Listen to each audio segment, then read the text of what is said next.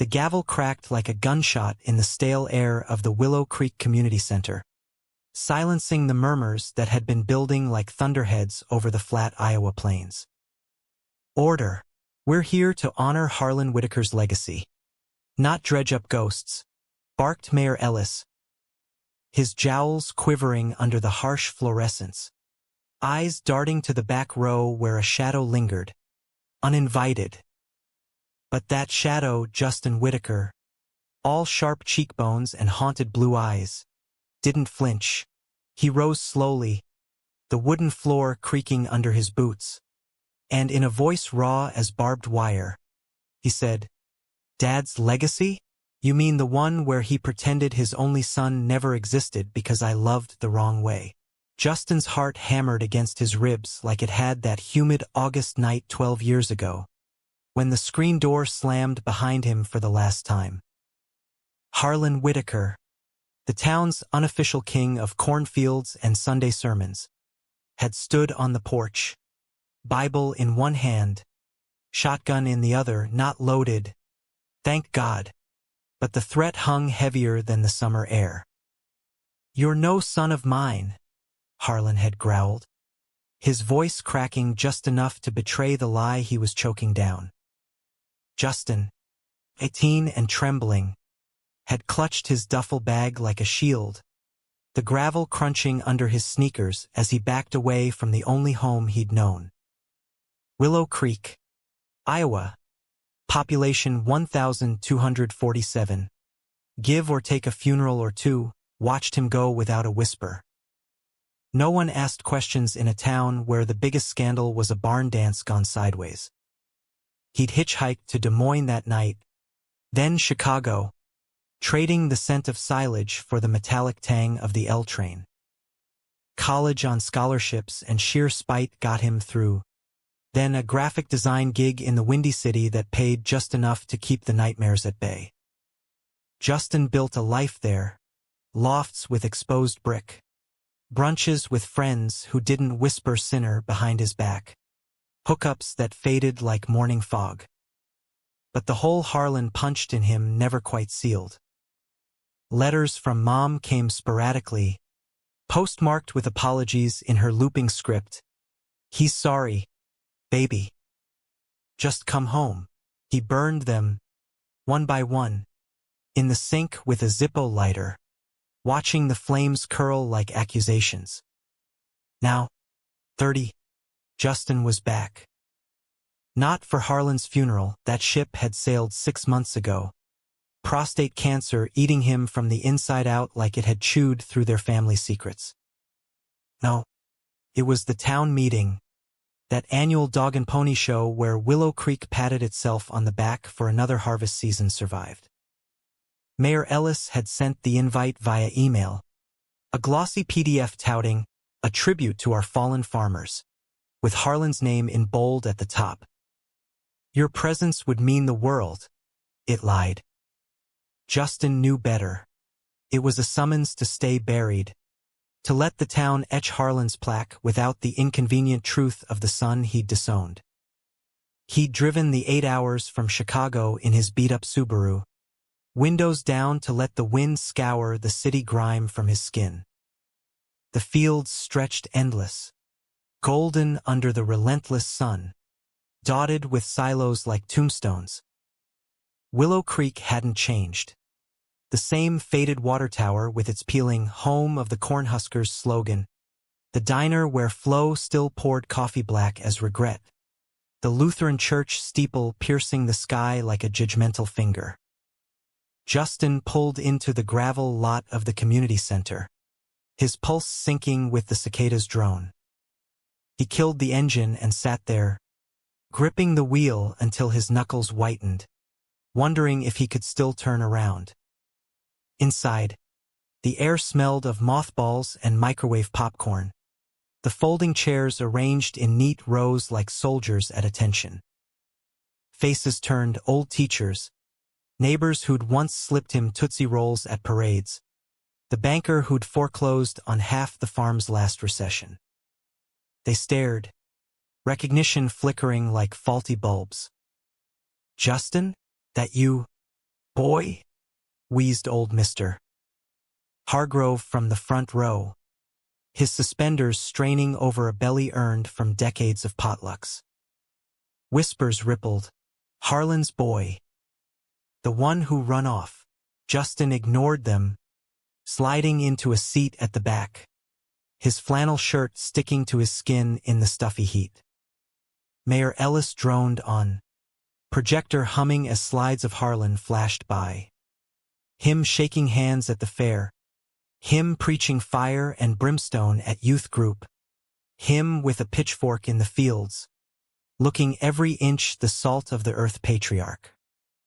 No photos of Justin.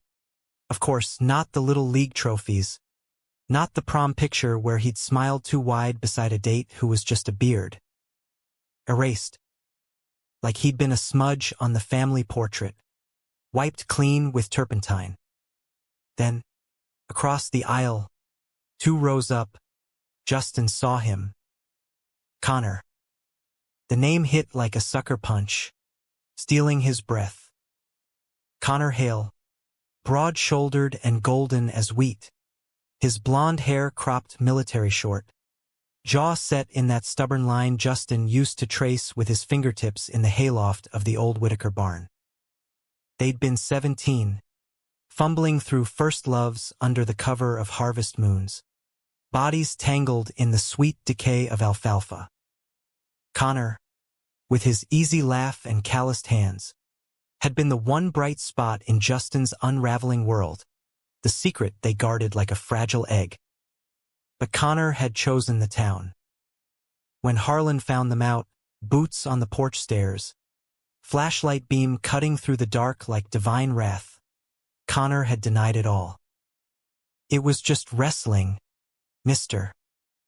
Whitaker. Boys being boys. The words had sliced Justin deeper than any rejection, because in that moment, he saw the fracture, love versus survival. Connor stayed, married Sarah from the diner 2 years later, popped out a kid who was probably in middle school now. Justin fled, the betrayal a brand on his chest. Connor turned then, as if sensing the weight of Justin's gaze, and their eyes locked. Blue on green, a decade of unspoken grief crashing between them. Connor's face crumpled, just a flicker, gone before anyone else could see. But it was enough. He mouthed something, lips forming, "I'm sorry." But Justin looked away, the burn in his throat too raw to swallow. The mayor wrapped up, calling for a moment of silence. Heads bowed, but Justin's raced. He stood before he could think better of it, chair scraping like a challenge. "I have something to say about Harlan Whitaker's legacy." Voices hushed. A collective inhale. Mayor Ellis sputtered, "This ain't the time, son." But Justin was already at the podium, palms slick on the scarred oak. "My father was a good man," he began, voice steady despite the tremor in his knees. "He taught me how to drive a combine, how to pray when the rains didn't come. But he also taught me what it means to be invisible. Because I am gay, and for that, he erased me. No plaque for the son who loved too fiercely, who dared to be himself in a town that demands conformity." Gasps rippled. A few chairs creaked as folks shifted uncomfortably. "You want to honor him? Then honor the whole truth. Not the edited version that fits your Sunday school stories." The room exploded, muttered prayers. "A shame!" From the back, Flo clutching her pearls like rosary beads. But amid the chaos, Connor rose, weaving through the aisle with the grace of someone who'd spent years regretting his choices. He reached the podium, hand hovering near Justin's arm, not quite touching. "Let him speak," Connor said, his voice carrying like it had back in high school, when he'd captained the football team to state. The mayor hesitated, then nodded, gavel limp in his fist. Justin glanced at Connor, the proximity a spark to dry tinder. "Why are you here?" he whispered, low enough for only them. "Because I never stopped loving you," Connor replied, eyes glistening under the lights. "And it's time I fixed what I broke." The words hung there, fragile as the first frost, as the town held its breath. Justin's world tilted, the past and present colliding in a storm he wasn't sure he could weather. But for the first time in years, he felt seen not as a ghost, but as the man he'd become. The meeting dissolved into a cacophony of side conversations and hasty exits, like confetti scattering after a dud parade.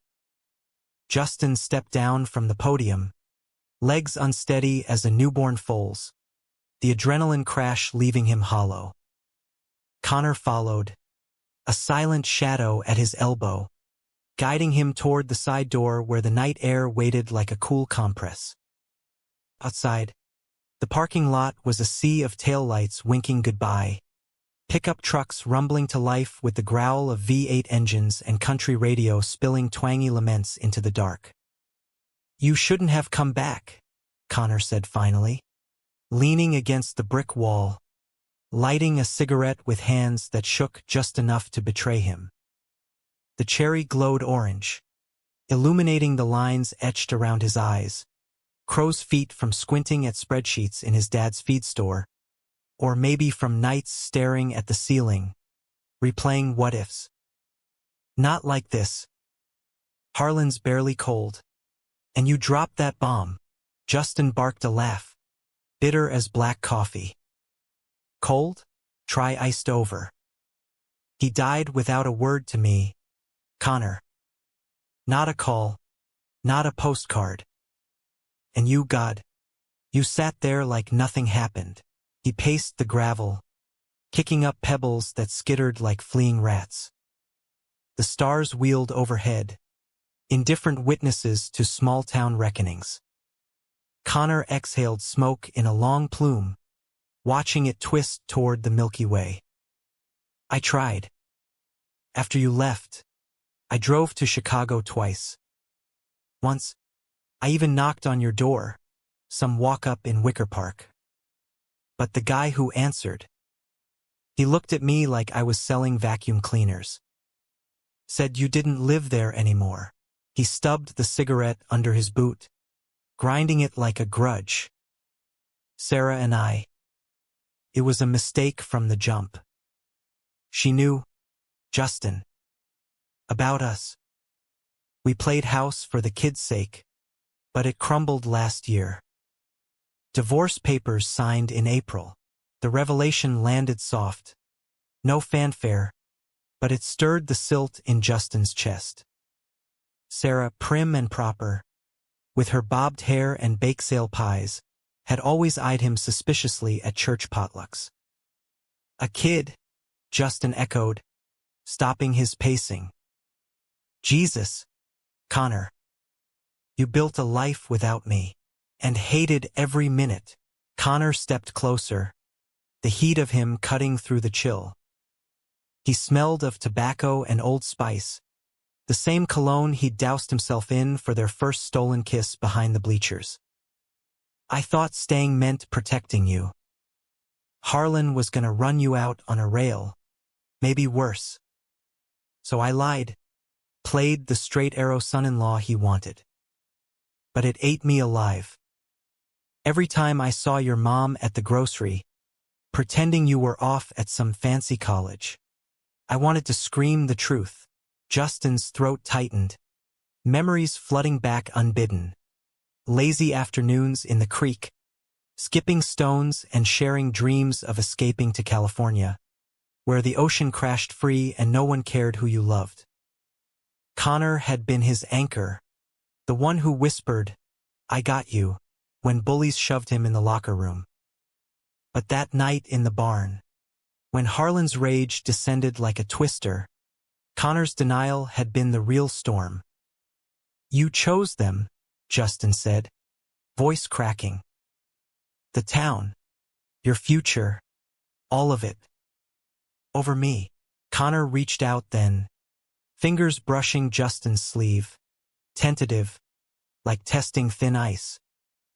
I chose survival. But I never stopped choosing you in here. He tapped his chest, over the faded John Deere logo on his flannel. That's why I came tonight. When the mayor called about the tribute, I knew you'd show. Or hoped you would. This town's been a graveyard for us both too long. A pickup idled nearby, headlights sweeping over them like a judgmental sweep. Old man Hargrove leaned out the window, pipe clenched in his teeth. Everything all right, boys? Need a ride? His eyes narrowed, piecing together the tableau. Two men, too close, under the sodium glow. We're good, Mr. H. Connor called, voice steady as ever. Just catching up. The truck rumbled off, leaving them in the hush of crickets and distant coyote howls. Justin pulled away, needing space to breathe. Catching up? That's rich. Last I heard, you were the golden boy varsity hero turned feed store manager. Pillar of the PDA. What? You think one speech erases 12 years? No. Connor's jaw tightened. That familiar stubborn set. But it's a start. Come back to my place. Not the house, Sarah's got the kid there. I got the apartment over the store. We can talk. Really talk. Against every instinct screaming run, back to Chicago. To the safety of anonymity, Justin nodded. Maybe it was the pull of unfinished business, or the way Connor's eyes still held that boyish plea. Or maybe, deep down, he was tired of running. The apartment was a time capsule. Sagging couch from their high school days, walls papered in yellowed maps of Route 66 dreams they'd never chased. Connor flicked on a lamp, the bulb buzzing like a guilty conscience, and pulled two Laneys from the mini-fridge. They clinked bottles, the sound echoing in the sparse space. No photos, no traces of the life he'd half-built. Tell me about Chicago, Connor said, sinking into the couch, knees spread wide like he owned the room. Justin perched on the arm, nursing his beer, the malt sharp on his tongue. It's loud. Alive. I design logos for queer nonprofits. Bars in Boys Town. Got a cat named Harlan. Ironic. I know. He's an asshole. Scratches the hell out of everything. Justin forced a grin, but it wobbled. What about you? Beyond the divorce fairy tale.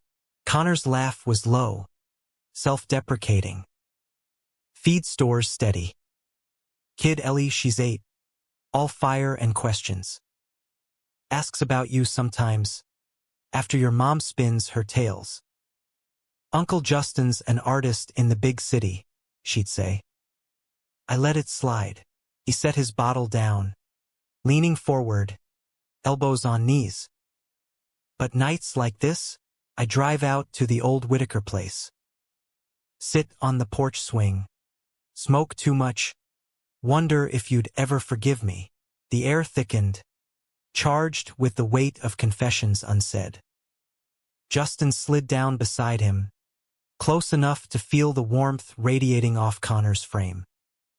Forgiveness isn't a light switch, Con. It's work. Then let's work.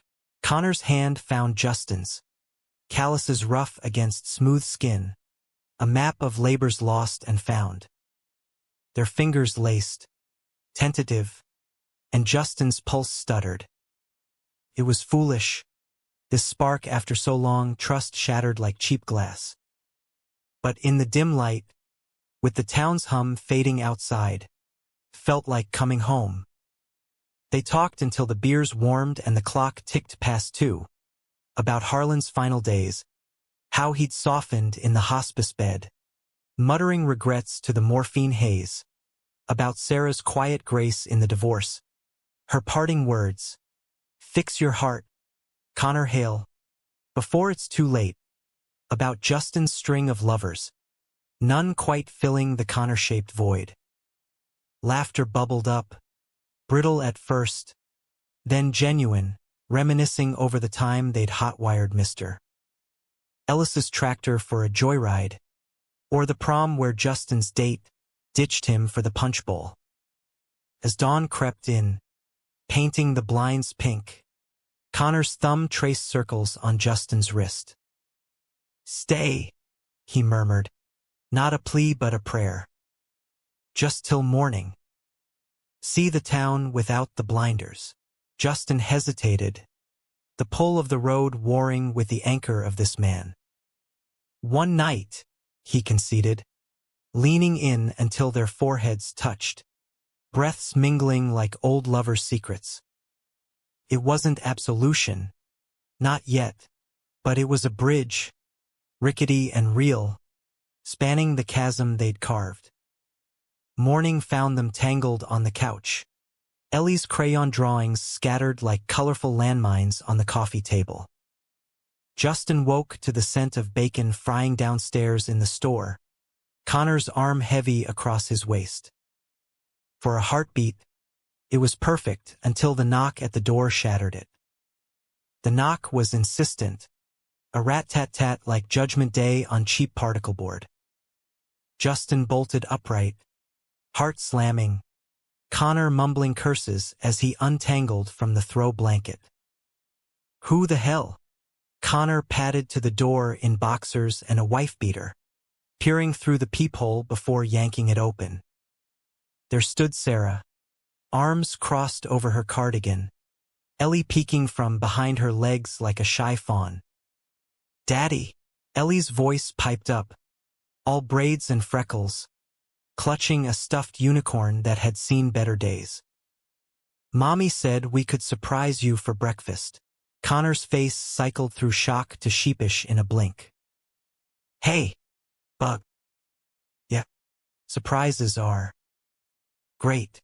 He scooped her up, planting a kiss on her forehead, but his eyes flicked to Justin, standing frozen in the kitchenette doorway, hastily buttoning his shirt. Sarah's gaze followed, sharpening like a hawk spotting prey.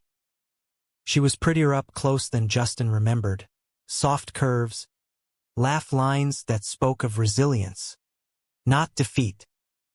"Justin Whitaker," she said, not a question but an accusation wrapped in honey. "Didn't expect to see you haunting these parts again." No venom, just the weary edge of someone who'd long suspected the ghost in her marriage. "Ma'am," Justin nodded, manners kicking in like muscle memory from church-raised days. "Heard about the meeting. Figured it was time." Sarah's lips quirked, not quite a smile. "Time for what? Stirring pots or mending fences?" She stepped inside uninvited, Ellie wriggling down to explore the toy-strewn floor. The apartment shrank under the intrusion, air thick with unspoken histories. Connor busied himself at the hot plate, flipping bacon that sizzled like suppressed fury. "Coffee's on. Sit." "We were just talking," Sarah echoed, sliding into a dinette chair, her eyes never leaving Justin. "Like old times, I suppose." "Ellie, honey, don't touch that. It's Daddy's work stuff." The girl obeyed, plopping onto the rug with her unicorn, oblivious to the minefield her elders navigated. Justin sank opposite Sarah, the Formica table a no-man's land. "Look, I didn't come to cause trouble. Harlan's gone, and this town's still pretending I'm a footnote. I just wanted my name on the damn plaque." She studied him, stirring sugar into her mug with deliberate spoons. "Harlan loved you, you know. In his way. Toward the end, He'd ramble about the boy who flew too close to the sun. Never said your name, but we all knew. Her voice softened, a crack in the armor. I married Connor thinking I could fix him. Thought love was a bandage for whatever ailed him. But you can't plaster over a missing piece. Ellie's head popped up. What's a missing piece? Mommy? Like in puzzles. Sarah ruffled her hair. Exactly like that, sweetie. Sometimes you gotta find the right one to make the picture whole. The words landed heavy, a quiet indictment. Justin shifted, guilt twisting like a knife. He'd always hated Sarah in absentia, the villain in his betrayal narrative, the woman who'd stolen his love. But here she was, human and hurt, doling out grace he didn't deserve. I'm sorry, he said, the words tumbling out. For everything. For being the ghost in your story. She waved it off, but her eyes glistened. Water under the bridge, Justin. Or corn under the silo. Point is, Connor's been half a man since you left. If you're here to finish what y'all started, do it right this time. Ellie's got one dad. She doesn't need a broken one. Connor plated the bacon, sliding it across with eggs scrambled yellow as sunrise. They ate in fits and starts, Ellie chattering about school art projects, finger-painted rainbows that made Justin's chest ache with what-ifs. Sarah watched them all, her presence a buffer against the raw edges. When breakfast wrapped, she gathered Ellie for a hug. We'll see you tonight, Con. Church picnic. Don't forget. To Justin. Softer. Town's changing. Slow as molasses. But folks like Flo, they're listening. Give it time. The door clicked shut behind them, leaving a vacuum. Connor leaned against the counter, rubbing his neck. That could have gone worse. Could have gone better. Justin stood, rinsing plates to have something to do with his hands. She's stronger than I gave her credit for. Yeah. Always was. Connor's voice held admiration, not regret. We were kids playing house. She deserved better. The domesticity lingered, a fragile truce, as they cleaned up. But outside, Willow Creek stirred, trucks firing up for morning chores, the diner bell jingling with early birds. Justin's phone buzzed, a text from his boss in Chicago. Client needs revisions ASAP. When you back, reality intruded, sharp as a thistle. I should go, Justin said, drying his hands on a dish towel faded from too many washes. Fields to see. Maybe swing by Mom's. Connor nodded, but his eyes begged otherwise. Let me drive you. Old Whitaker Place first. It's mine now, technically. Harlan left it to me in the will. Said something about keeping it in the family. He air-quoted, bitter twist to his mouth. The drive was a silent reel of memories. Past the grain elevator where they'd carved initials into the wood, over the one-lane bridge where Justin had confessed his fears, hand in Connor's under the rumble of floodwaters. The farm loomed, paint peeling like old skin, the barn sagging but stubborn. They parked in the weed-choked drive, gravel popping under tires. Inside the house, dust motes danced in sunbeams slanting through lace curtains. Harlan's ghost lingered in the plaid recliner, the mantel lined with ribbons from county fairs. Justin trailed fingers over a photo, him at 10, gap-toothed grin beside his dad, fishing poles in hand. He kept this. Connor nodded from the doorway. Tucked in a drawer. Found it after the funeral. He stepped closer, heat at Justin's back. I kept my promises to him. Mostly. managed the books, fixed the fences. But every furrow I plowed, I thought of you. Justin turned, their bodies inches apart, the air humming with electricity. What now, Con? We can't just pick up where we left off. Too much water, too many bridges burned. Then we build new ones. Connor's hand cupped Justin's jaw, thumb brushing stubble. The kiss was inevitable, slow and searching, tasting of salt and second chances. Justin melted into it, hands fisting Connor's shirt, pulling him closer until the world narrowed to this lips and breath, the creak of floorboards under shifting weight. They stumbled to the bedroom, Harlan's old quilt rumpled from disuse, the mattress dipping under their weight. Clothes shed in a frantic trail, skin on skin like rediscovering a map. Connor's touch was reverent, tracing scars Justin didn't know he had, the emotional ones, etched deep. I love you, Connor whispered against his collarbone, voice muffled in the hollow.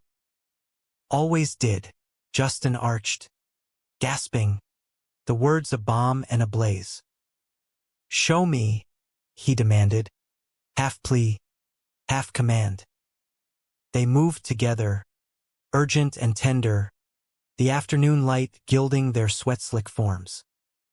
It was forgiveness in motion, raw and real, mending fractures with every gasp and grip. After, they lay spent, sheets twisted like battle flags. Connor's fingers combed Justin's hair, lazy patterns. Stay for the picnic. Show 'em we're not afraid. But as the sun dipped, Justin's phone buzzed again. Insistent, now with voicemails. Emergency meeting. Where are you? The city called, tether snapping taut. I can't, Justin said, sitting up, regret pooling cold. Not yet. Connor's face fell, but he nodded. Then go. But come back. Promise me. The drive to his mom's was a blur, the promise hanging like smoke. Evelyn Whitaker met him at the door, apron dusted with flour, eyes red-rimmed but warm. My boy, she breathed, pulling him into a hug that smelled of lavender and loss. Over weak tea in the kitchen, she spilled it all.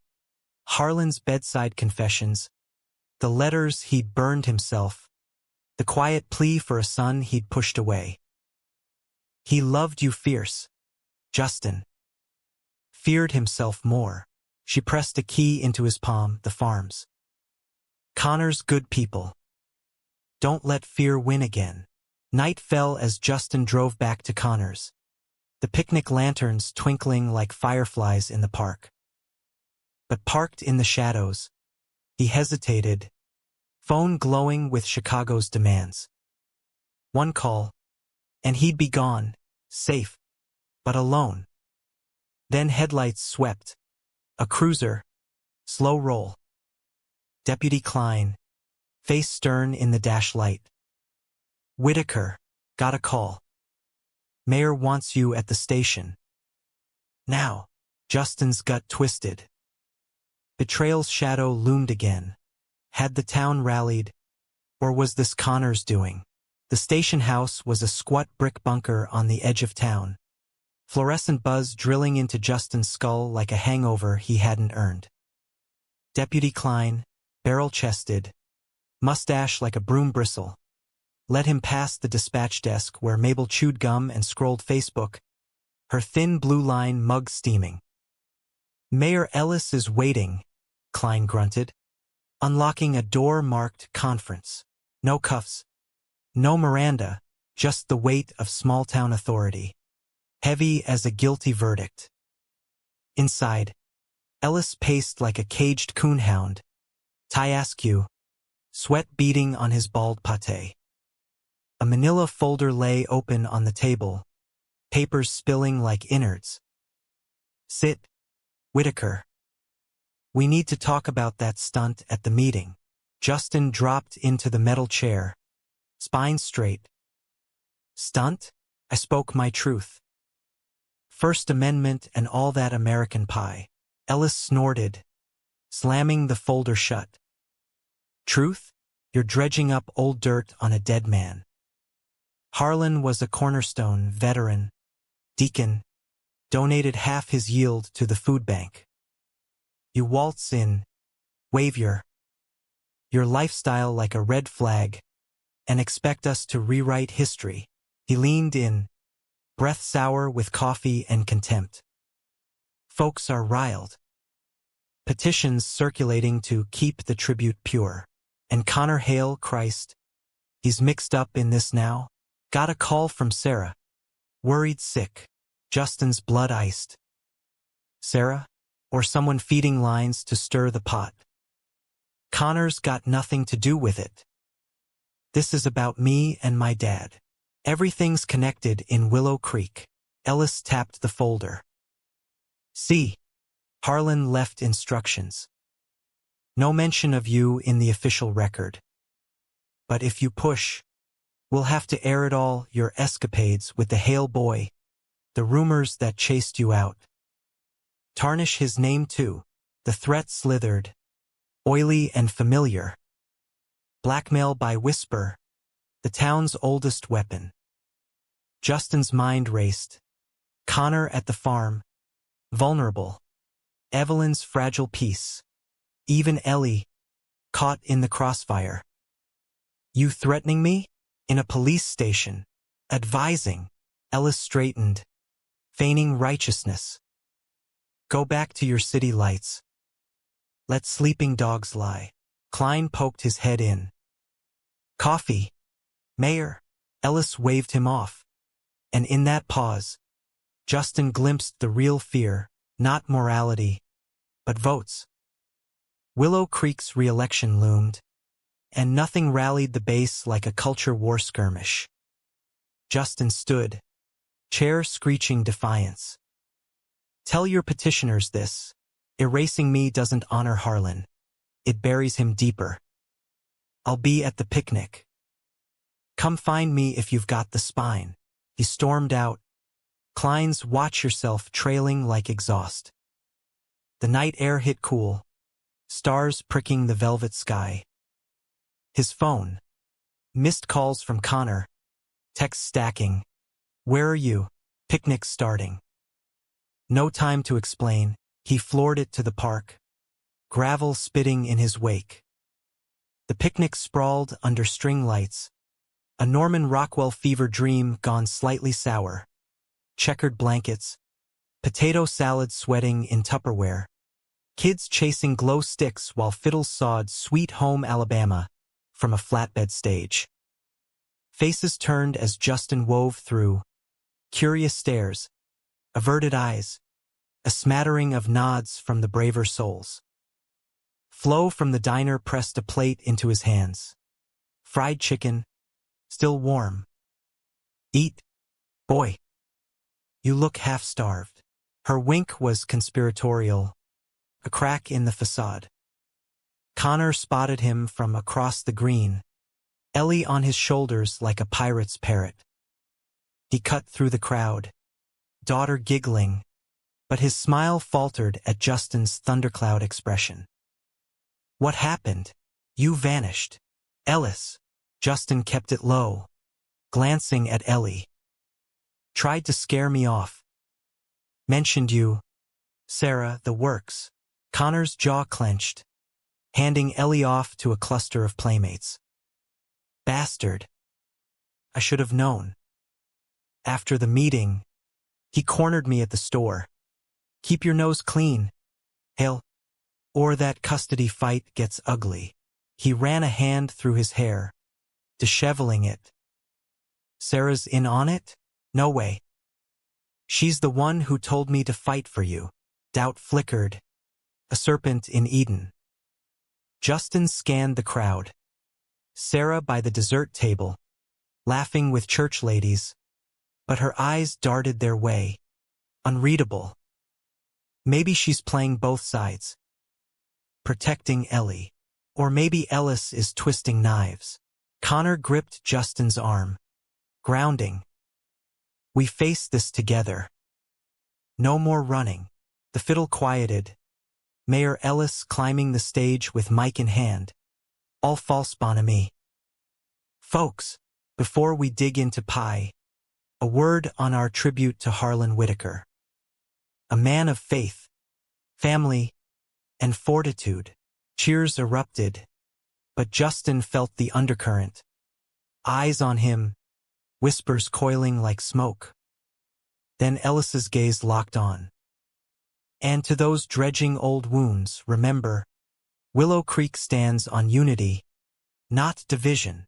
The dig landed. Applause thundering cover. Justin surged forward, Connor at his heel. Bullshit, he muttered, but Connor held him back. Wait. Our moment's coming. Did, with the plaque unveiling, a brass slab on a pedestal, Harlan's name gleaming under spotlights. Evelyn stood beside it, veil thin in her Sunday dress, clutching a handkerchief. As the cloth dropped, Justin saw it. No space for him, just Harlan's dates and a Bible verse about legacy. Enough. Justin broke free, mounting the stage steps 2 at a time. Wait, the crowd hushed, forks pausing mid-air. Evelyn's eyes widened, pride and terror mingling. Ellis sputtered into the mic. This is private. No more private lies. Justin snatched the mic, voice booming. Harlan Whitaker was my father.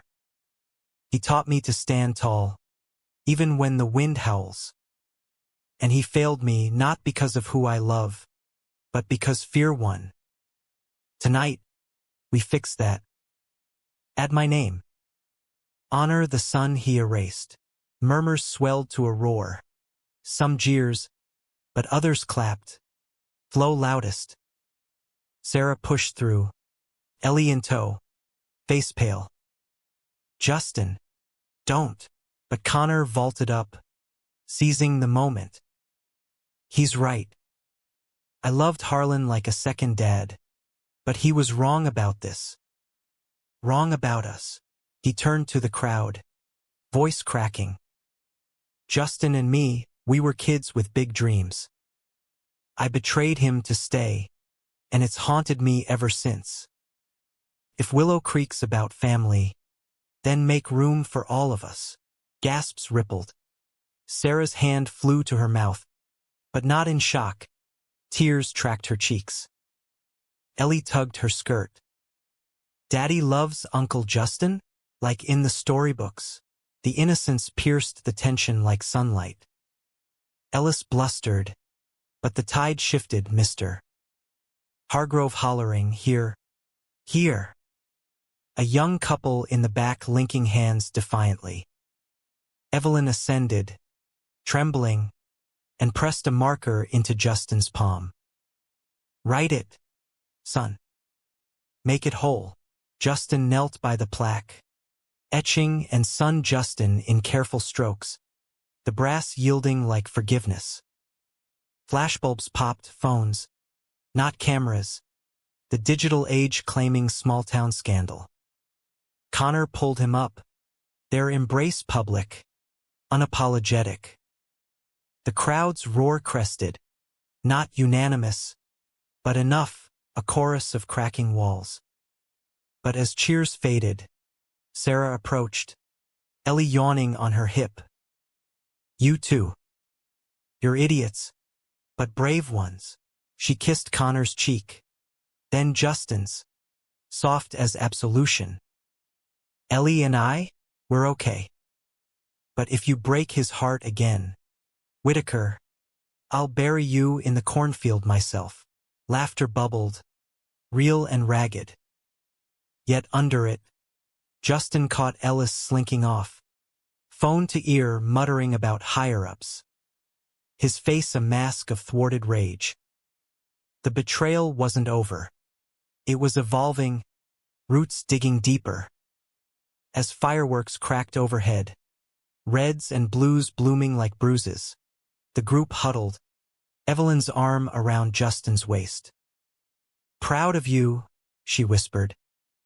But Connor's grip tightened, sensing the storm. "Trouble's coming," he murmured. "Ellis won't quit." Justin nodded, the high ebbing to resolve. For the first time, he wasn't alone in the fight. The fallout hit like a late frost, nipping at Willow Creek's edges in the days that followed. Petitions multiplied overnight. Photocopied broadsides tacked to the diner's bulletin board. "Preserve our values. Vote no on revision." Ellis fanned the flames from his office. Radio spots crackling with veiled barbs about outsiders corrupting our core. Church pews filled Sundays with sermons on Sodom. Congregants side-eyeing Justin as he sat with Evelyn. Connor a row ahead with Ellie and Sarah in a fragile alliance. But cracks spiderwebbed through the facade. Flo started a counterpetition. For family, full story, garnering signatures over free pie slices. The local paper, Willow Weekly, ran a front-page spread, Sun Stand, Tribute or Turmoil? With a photo of Justin at the podium, Connor's hand on his shoulder blurred but unmistakable. Comments poured in online, half vitriol, half hallelujahs from exiles who'd fled similar towns. Justin stayed, holing up at the farm, sketching designs for a community mural, intertwined cornstalks forming a rainbow arch, symbols of roots and rebellion. Connor split time between the feed store and custody handoffs, Ellie warming to Uncle Jay with crayons and questions. "Why do some people get mad at love?" she'd ask, coloring outside lines. Justin would pause, marker hovering. "Because they forgot what it feels like, kiddo." But we're reminding him. Nights were sanctuary. Supper on the porch swing, Evelyn's pot roast yielding to stargazing. Connor's head in Justin's lap as fireflies blinked Morse code. Intimacy rebuilt brick by brick. Lazy mornings in the quilt. Bodies mapping familiar territories with new tenderness. "This is us," Connor would murmur post-climax, fingers tracing Justin's spine. No more half measures, yet betrayal's specter loomed. One muggy Tuesday, Justin found the mailbox stuffed with hate. A single sheet, typed anonymous, "Leave or we'll make you." "Like your daddy should have." The words chilled, echoing Harlan's porch decree. He burned it in the sink, flames leaping high, but the ash clung. Connor saw the fallout in his eyes. Ellis? He guessed. Over beers at the kitchen table, Evelyn asleep down the hall. Worse. The town's complicit. Justin paced, floorboards groaning. "I thought the picnic changed things. But it's just surface thaw. Then we dig deeper." Connor's resolve was steel, forged in regret. "Call that reporter from the Weekly. Go public, full story." The interview happened in the barn. Hay bales as seats, golden light slanting through cracks. Reporter Lena, 30-something with a nose ring and notebook tattoos, listened without flinching as Justin unspooled it. The disownment, the denial, the decades of silence. Connor chimed in, voice steady, "I betrayed him once. Won't again." Lena's pen flew, eyes alight.